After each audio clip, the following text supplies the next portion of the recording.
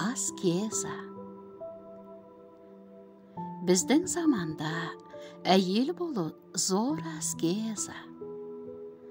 Шын ниеті, шынайы нәзіктігі, еркек қылығы бар, жан жүрегімен сүйе алатын әйел болудан асқан бақыт жоқ.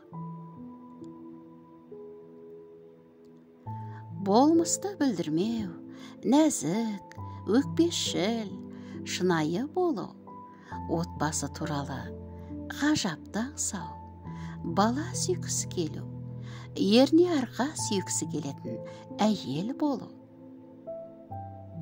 Нағыз аскеза. Аскеза заманауи құндылықтардың бақа есебіне батып қалмау, өзіңді сатып кетпеу, нәзіктігіңді басып тастамау, болмыс бітіміңді сақтау, ғажаптығына сенетін әйел болу.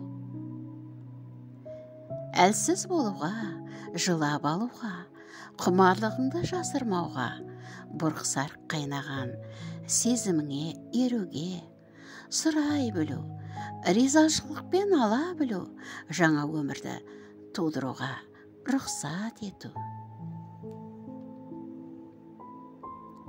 Жасың 34-тен асқандықтан емес, жан жүрегіңмен ана деген сөзді естігің келгендіктен.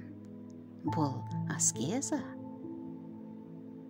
Әйел болу 16 қайтара мантра оқудан қиын, апталап ораза ұстаудан да ауыр.